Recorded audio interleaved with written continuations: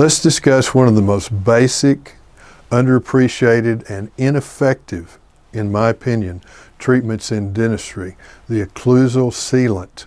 These are sealants that I place. Let's talk first about what is the objective of a sealant. So the objective of a sealant is to fill this developmental groove in a tooth. One day I'm going to ask someone, why do you have those grooves in teeth? Because you don't get decay up here on the flat part of the tooth. You get decay when food debris fills up this groove, bacteria gets in it, secretes an acid, it eats through that little bit of enamel into the soft underlying dentin, which is kind of like a hard cardboard, and then the bacteria starts to eat the dentin away. Now you'll notice you never get more than just a tiny black dot in the enamel. The bacteria wants to eat the softer dentin and make its way to the nerve of a tooth. And once it gets to the nerve, then it kills the nerve, and oftentimes you get an abscess tooth, you have to have a root canal, and a much bigger procedure. So the objective of a sealant is to fill this groove with a flowable composite that is cured and becomes hard, so that this surface becomes flat and you don't have that groove anymore. So you can see the grooves in the teeth, and there's a lot of stain and debris. Now I have an issue with the way sealants are placed. Think about it. Composite does not bond well to teeth if it's contaminated with saliva. So you've got a well-intended hygienist most of the time trying to place a sealant without an assistant on a young patient. Normally patients are about 7 or 8 years old when the sealants are placed, and they're some of the most difficult patients to work on. So she's not only trying to place the sealant, she's trying to keep the saliva from flowing over the top of the tooth and contaminating the bond surface. Additionally, most of the time these grooves are not cleaned out, so you've got the plaque in the grooves. The reason for that is dentistry has tried to make sealants very inexpensive. But my question is, it's kind of like buying a hamburger. Do you just want a cheap hamburger, or do you want a good hamburger? I'd rather pay a little bit more and get a really good hamburger. So this is the technique that I use in my office. If you can, use a rubber dam. That isolates the tooth. We're treating a sealant just almost like we're doing a bonded composite filling on the tooth. It's as important because you're trying to keep the patient from getting decay in that groove. So the procedure is basically the same. Now, if the patient is too young or the teeth are not erupted enough to use a rubber dam, you can isolate the tooth with 2x2 cotton squares. But in my opinion, the person placing the sealant must have an assistant to keep the saliva off the tooth and to help keep the tooth isolated.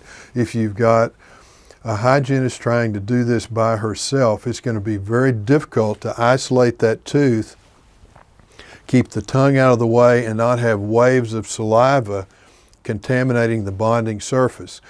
Now this is something that I suggest that we do in our office. I take a tiny mosquito diamond and open the groove. Now that does a couple of things. Number one, it cleans all that plaque out of the groove, so you've got a fresh bonding surface. And number two, it makes the groove just a little bit wider, so it's easier to flow the sealant into the groove. So you can see I'm just very lightly opening the groove with this little tiny mosquito diamond. You do not have to anesthetize the teeth to do this, because you're not going deeply into the tooth, you're just cleaning out the groove. See, I'm just cleaning the groove. Just a light touch, lots of water. See, I've got an assistant, and in this case, I've got a rubber dam. So see, I've just opened the grooves. Now this is stain, this is not decay. So I've got them, they're just the width of that mosquito diamond, which is probably 1/3 to 1/2 of a millimeter, just a tiny little bit. Then we're going to etch the tooth with 38% phosphoric acid. And see, with this rubber dam, there's no thought of saliva getting on the tooth.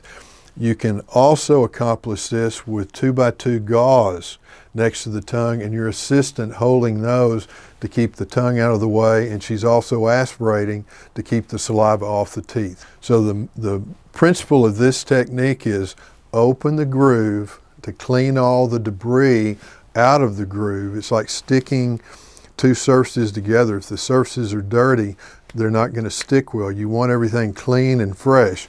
So just freshen the sides of the groove and clean everything out. Isolate the tooth with either an assistant and 2x2 gauzes, or if you can use a rubber dam, that's ideal. That may not be possible in some children. They just may not cooperate with a rubber dam, so you may just use 2x2 gauze, but you must have an assistant that can aspirate and keep the saliva off the teeth.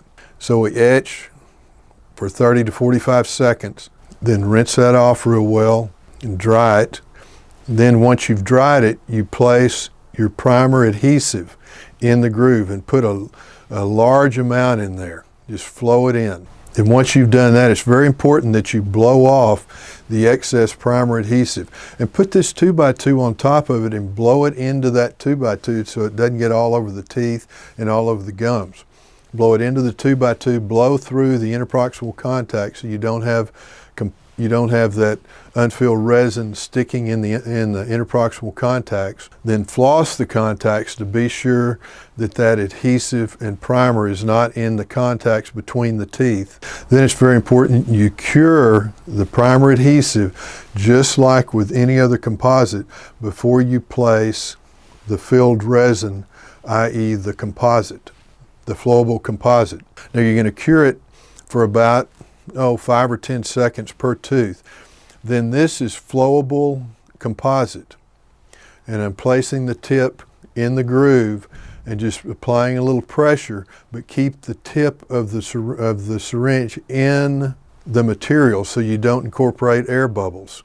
And kind of rub it, and then you're going to come back with this ball burnisher, move it through the composite to push it deep into the grooves and finish the margin. Then you're going to cure each one. I cure them for about 40 seconds apiece, and see how nice and smooth that is. You don't have any groove in the tooth anymore, and so you're not going to have plaque getting into the groove and then bacteria getting into the plaque, secreting the acid, creating a cavity that goes through the enamel into the dentin and having a much worse problem. It pretty much, if done correctly, this pretty much eliminates the possibility of decay on the occlusal surfaces of the teeth. Now you remember the main places people get decay on teeth is the occlusal surface and the interproximal surface and then the facial surface. A dentist can tell what type of sweets a person's eating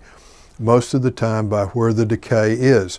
If you have decay on the occlusal surface or in between the teeth, you know that decay is normally from some type of sticky sweet that's packing into the groove or packing in between the teeth.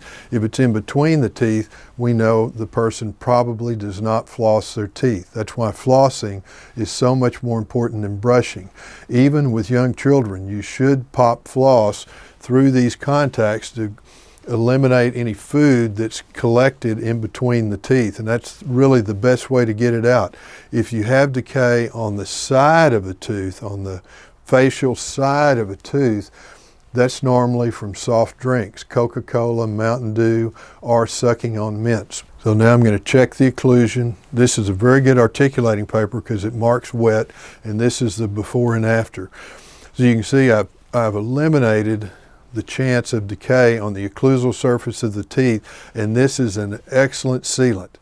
We've opened the groove, cleaned out the debris in the groove, and then we've isolated the tooth so saliva does not get on top of the occlusal surface and contaminate the bond, and then we've placed a flowable composite.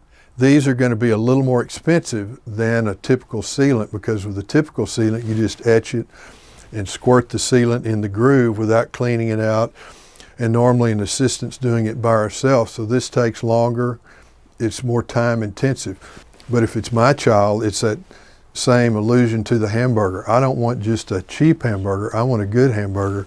And with these sealants in the teeth, the chances of getting a cavity or losing that sealant are very slim, unless a patient eats a lot of clear ice or something real hard.